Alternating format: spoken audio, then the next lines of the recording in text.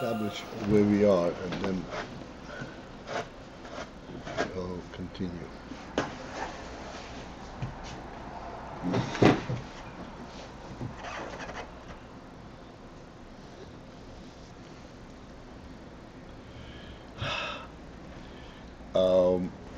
We will, even though we'll learn it, we'll begin, the line begins, he, that's 5 lines from the top,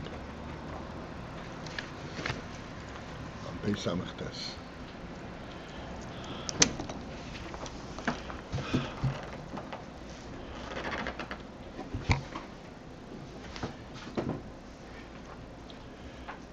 So we have, so to speak, finally hit the limit of Sechel, the limit of logic. Mita? The limit of logic.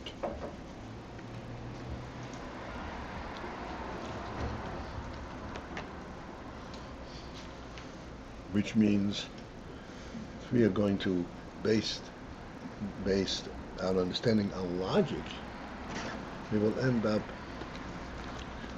recognizing and accepting what we call circular logic.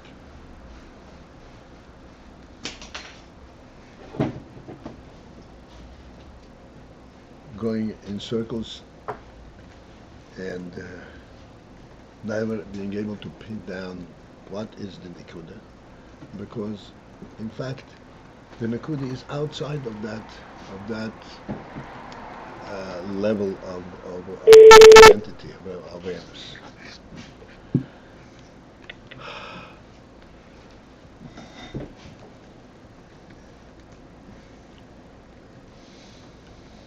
We want to understand this.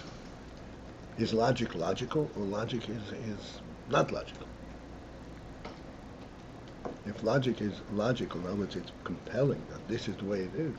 If this is the way it is, so why is it that it's self-contradictory?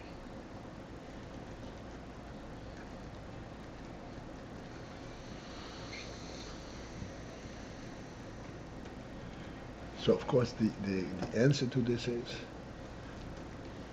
logic is logical within a certain context. It is not logical coming from the inception of reality. Logic does not create reality. Logic is a means to understand what's going on, to bring it closer, to being able to ultimately identify, okay, what am I supposed to do with it? But to understand what it means to exist is totally outside of the logic. You cannot even reach it. As we say, the motivation, first being, there's no logical way to reach and explain what that means and to identify that. There is none.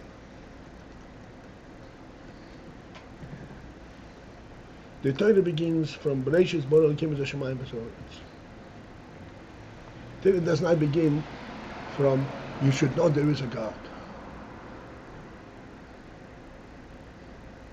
Doesn't begin from there.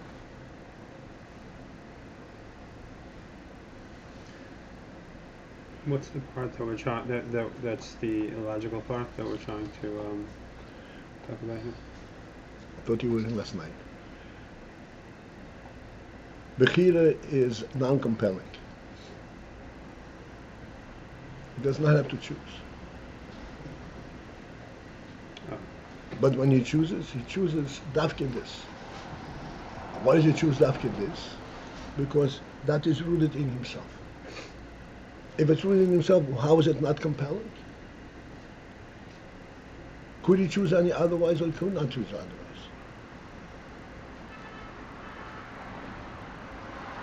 No, he could not choose otherwise because this is his thing. If you're not saying that, in that case it's compelling.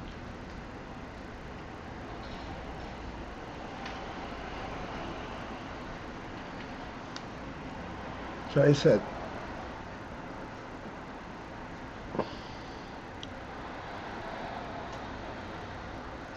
this simply attests to the fact that Elokus has no beginning. Elokus is not logical. There's no way to understand Elokus with logic.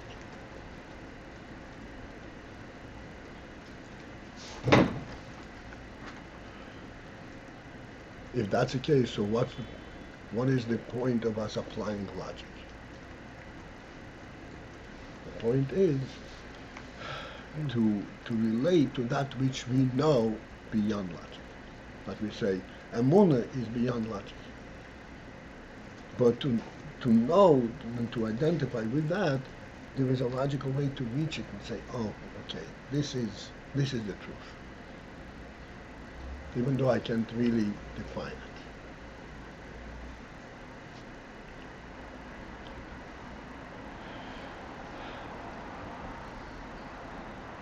All right. We spent so much time on this. I want to see if we can kind of relate to this. Nothing novel, but focus in. Sechel itself. Sechel itself, we have said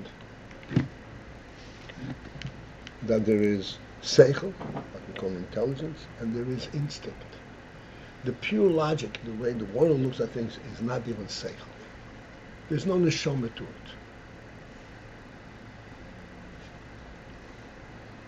It forces itself. This is just a gashmisik in its ease.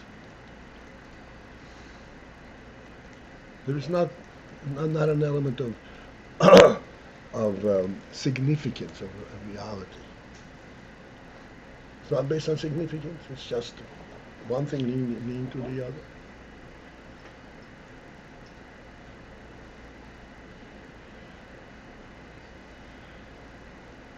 Sechel. Sechel, he said, Sechel is uniquely human, and it comes from the human neshama. It's not from human experience, it's from human neshama. How does it come from human neshama? Because the neshama is essential, is a godly life, and therefore the neshama looks at everything without inspiration, without light. It identifies with the godly spirit in everything, rather than its insignificant presence. What's a godly spirit? A godly spirit means something that really justifies, explains its own. It explains its own presence, not by explaining it logically, by saying there's no question. There's no need to explain its presence, because it's real. Like you say, Motze Rishon. There's no need to explain where that doesn't come from any place. Like we say, Bli Reishis, Bli Sachris, without a beginning, without an end.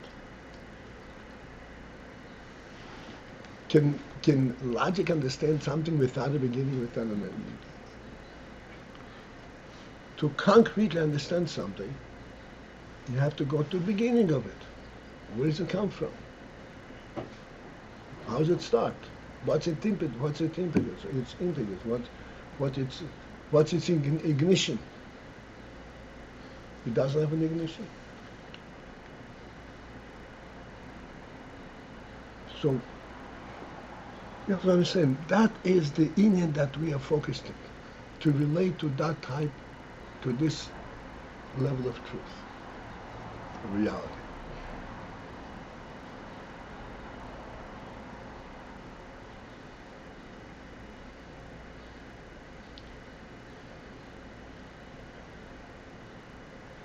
Yes, no.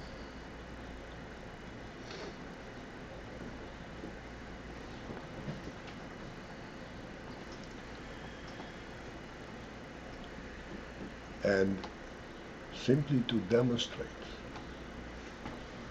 that aspect in our simplest and the lowest levels, the most tangible level, we say that we are asked to sense the difference. First of all, recognize, is there a difference? And if there's a difference, what is the difference? What difference? It said, very simple. If you see a cup on the table, logically, you know that there is a beginning to this. Somebody put it down. That's logic. It wasn't born on the table.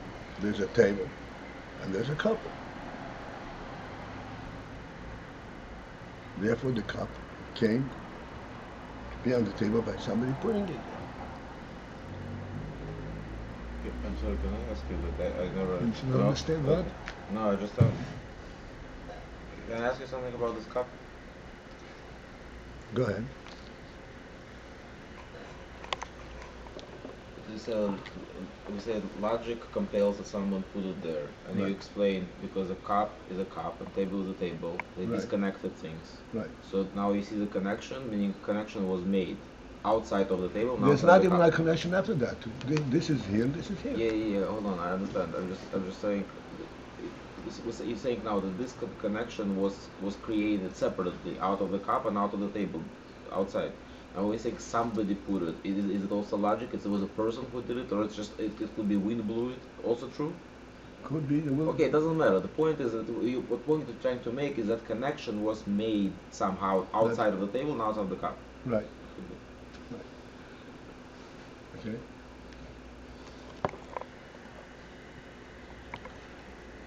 So, therefore, the point is that you have an absolute certainty that this cup was put there.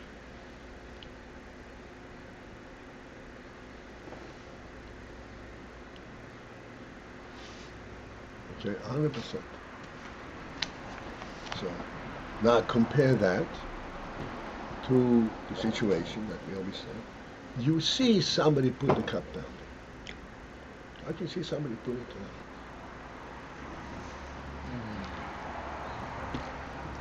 Is there a difference in these two perceptions, or there is no difference? Hello? Different. There is a difference. What's the difference? What's the difference? Does seeing it give you add some certainty to this fact that it was put down? No. Cannot add. It's certain. It's 100% certainty. What then? Here, I'd like you to think with me. What is the impression? What is the difference? It is significance. The significance. And what's so significant about significance? What's so significant about significance? It's a life. It's a whole world. There's no can't even start to compare. And what's significance about life? It's real. Which means it has no beginning. It is because it is.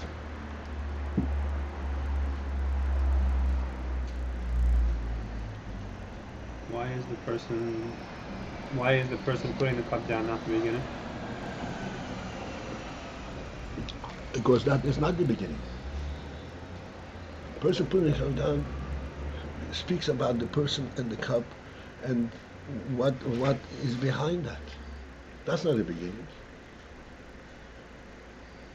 Like it's like you said. You said it doesn't add anything to the certainty. You said, so that's why it's not at the beginning, because it's not a part of that equation. The person putting it down is not the beginning. That's what you say. The beginning is before what you see. I mean, the person's outside and That's right. This is a reality, like you said.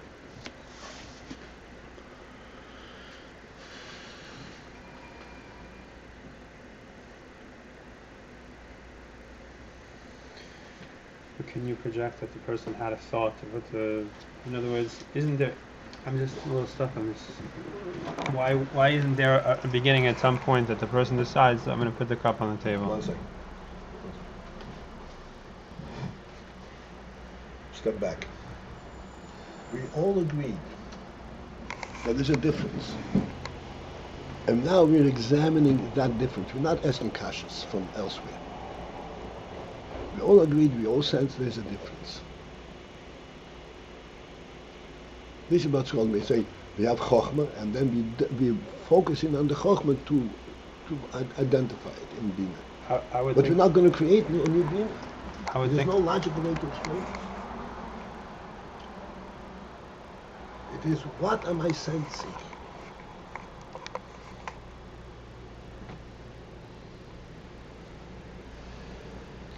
Okay. I would think the difference is that by the logical, it's you who are basically coming up with the statement of reality, whereas when you see it, it's being provided for you. It's being provided to you. It's coming from... What do you know that you don't know over there?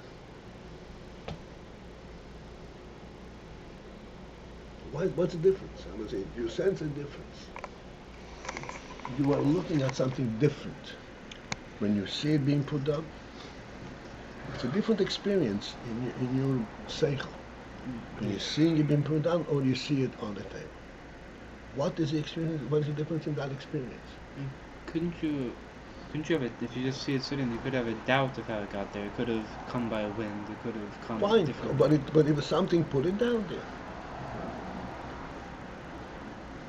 You see it, you're witnessing an event. What? Again, I may Please. not be sensing the difference, so I'm gonna... okay, We that must is think the point. I may not sense the difference. Okay, that is the point. I'm asking, is there a difference? Clearly, this difference is not in establishing the certainty that something put it down, because that we already established before. A certainty beyond doubt, beyond the possibility of doubt.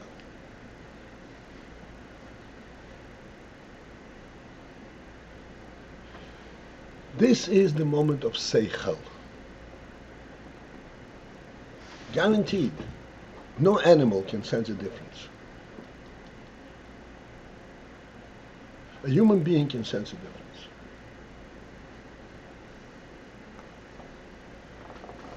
Because a human being has a different kind of neshama. A human being has a neshama that speaks in terms of truth. Not that it is there, but what does it mean it's there? And that is the beginning. This is what makes it real, because it has a meaning why it's there, what is there, what is there.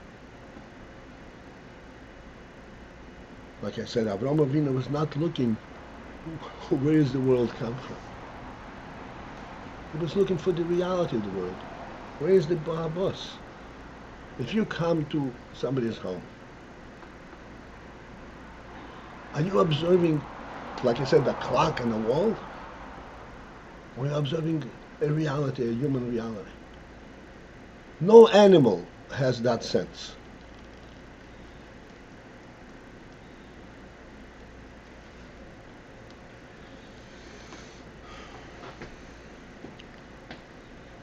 To you, to walk over to the wall and to move the clock is irrational. You would never do it. Even though you think it belongs a few inches over.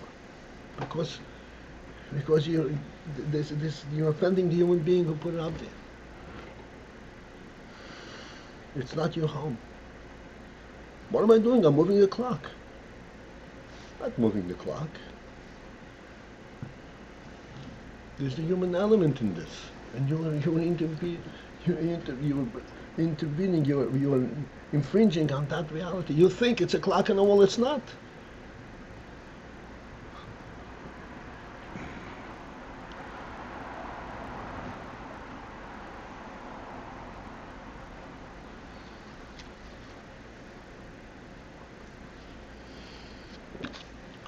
Isn't what you're always trying to point out, this difference between, that's what you call, this is a Sechel, you call it. This is Sechel. And if This is the minimal of Sechel. if it doesn't exist, it means there is no Sechel, meaning that, like for example, Okay. okay, for you, okay.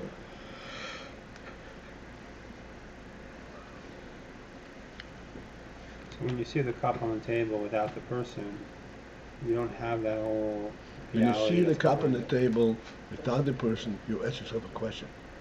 How did the cup get here? Because there is no meaning to its being on the table.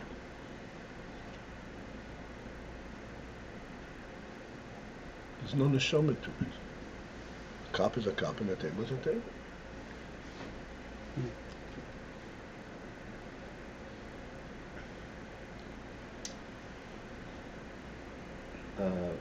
Just to go back to where we started, what is the relation between the mashal of the cup on the table and the inyan of Bechira that we were discussing? Of the what?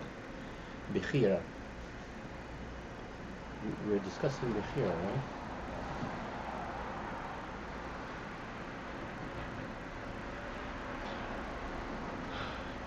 The relationship between what we're discussing in the cup and what it has to do with here is to enable us to relate, to understand. Why is it that we are going in circles and we can't understand it? It is because logic cannot explain, it does not relate to the truth of what we're saying. The union for Bechira is a truth, a godly truth. It's not logic created. There is not a beginning process.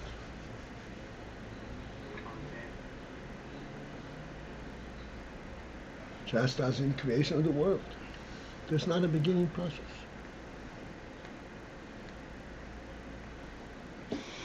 Like you said, Beis is welcome. This is the beginning. God created. Wait a second. Beis Reishis. There were two inyonim that enticed this creation. Torah and Yisrael. Is that the beginning? Then Yisrael are rooted in Tammuz.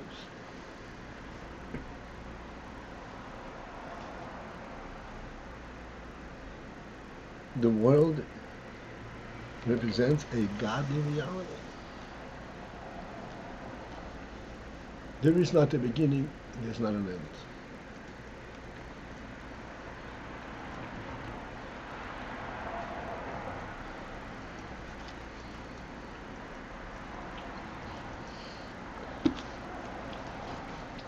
And there's no point. Not only is it a point, it's contrary to the truth to try to really understand it logically. Because there is no logic to it. This is beyond, this is before logic. This is creates logic.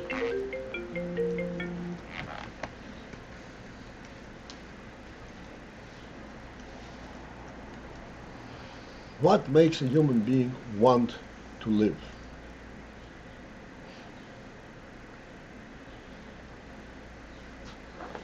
Nothing.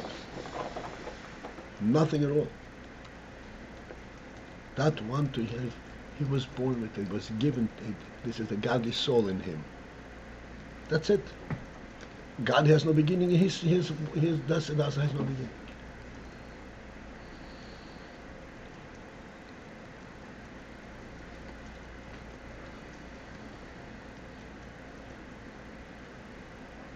What's the last piece? God has no beginning and what?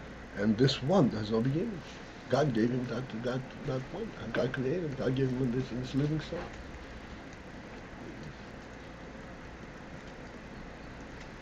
And therefore, it follows that if we are presenting to him a world that does have a beginning, like this evolutionary process, he loses the desire to live. In the physical world, who wants it? What's in it? Right.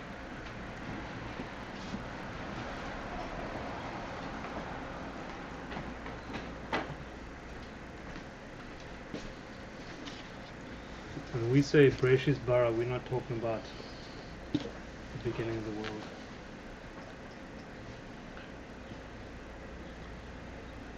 Well, we're not giving the world a beginning from a worldly perspective. Right. It's a godly beginning. God gave it a beginning. Yes.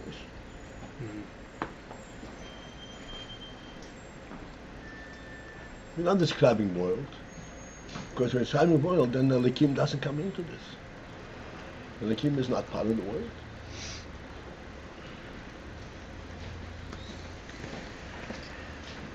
You're saying world, yes. Elikim is what began it. This is what made it be. This is what you're looking at. This is its reality.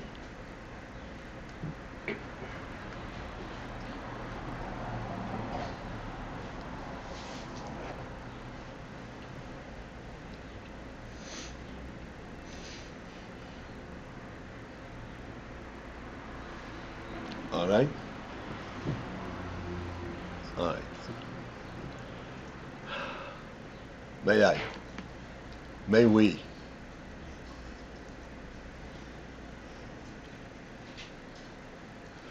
I said we'll start 5 lines from the top. Ulfizeh. According to this, Inyan habchirahu. What is the principle of bechira? Sheyivchoy v'yirtze kaviyochel. That I should choose and want kaviyochel. Why kaviyochel? Because this is not something that's compelling. He wants it. He wants to want it. He wants that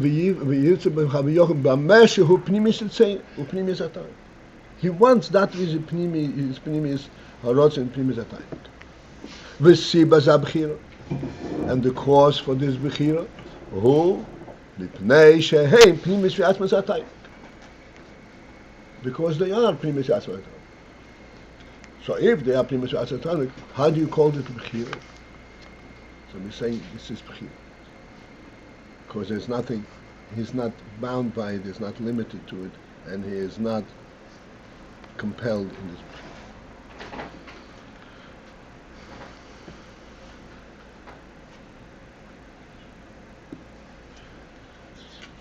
To give us a little bit on a handle of this, okay, this is on a limited human level, but nevertheless, let's think of the following. A person invents something. Like we said many times. He invents something.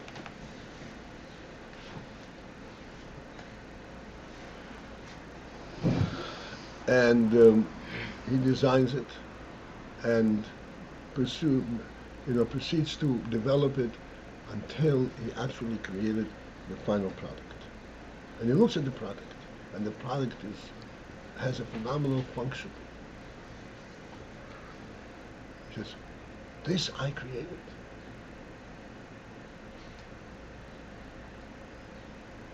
Oh, it's really a worthy thing. He becomes spoiled from his own invention. But you invented it.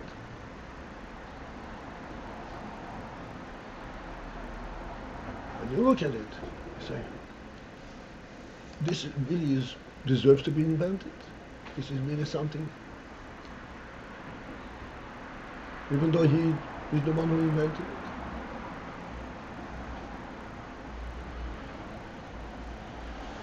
Because he appreciates his, not because it's his invention, I'm not talking about petty things.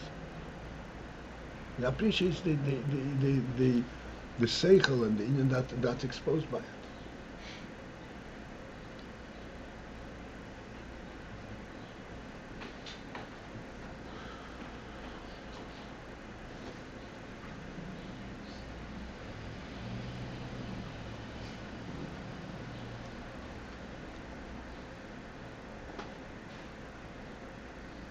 They even call it discovery, don't they? What? I mean, they even call it discovery. Invention is not discovery. Well, it sounds like, what you're describing, it sounds like exactly that. Meaning it's not your making. What do you misspoil from it? You're describing it right now. Let's say a person invented something and he misspoiled from reality of it. But look at this thing. I didn't make it, but where did it come from? What to be misspoil of it? What are his spoilers? That's not, I didn't make it. I could not have made it, things like that. No, you missed. His spoilers is that, like I said many times, what is a car?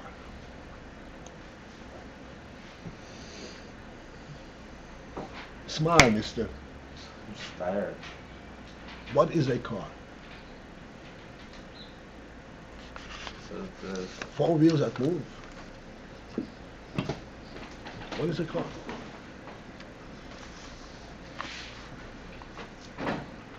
something that is responding to human spirit to get around. That's a car. He is misfoiled from recognizing the human spirit that created the car, even though it came from his own spirit. He's misfoiled. He goes again. The point is here. He is like amazed at the creation. He's amazed at what came out from the human spirit, even though it's him himself. And this is indicating. And he is misfoiled from the human spirit that this exposes.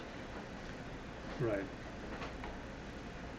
Okay, and we got into this to show, because we're bringing out that although it is from his own human spirit that he got it from, yeah, he knows not the depth. and yet he appreciates it. Now that he's looking at it, he appreciates it. What do you appreciate? This is you brought it into being. Meaning it didn't come from anywhere else. Yeah, it came from him. So why? What? So why? What's if you already had it? Because he has the spirit, and that spirit is worthy of having. Oh. It's worthy of having. That's to say, he doesn't know it. He doesn't know its definitions. He doesn't own it. Right, beyond it. It's worthy of having. It's human. It's beyond anything. This is Tzad Bechira. It's my thing, but I choose it. I really, this is worthy of having.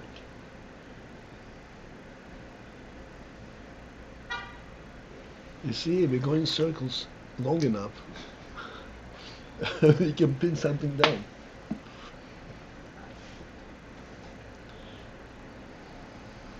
Rabbi Kiva, I'm present. A little bit more than that.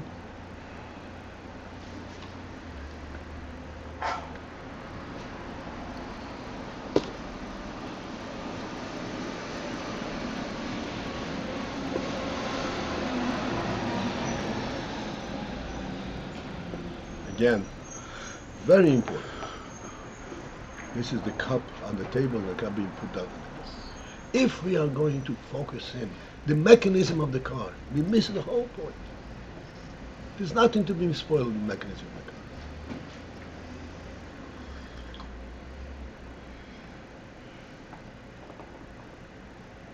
It's smart, but it's a logical reaction.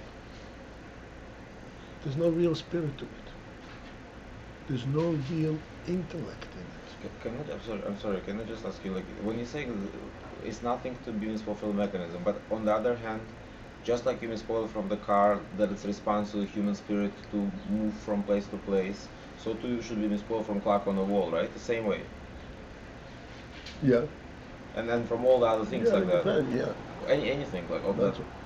That's the human element. You could be misfoiled from the mechanism, exactly, but on a different level. Not the mechanics of it, but the human spirit that had undertaken to go and create such complexity. Complexity. And not be this spirit, not be dissuaded. You say, you'll never get there. It's a different aspect.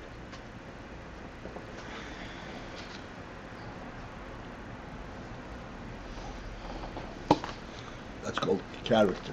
You know. Carry it through. Carry it through. All right, gentlemen, this is it for this morning.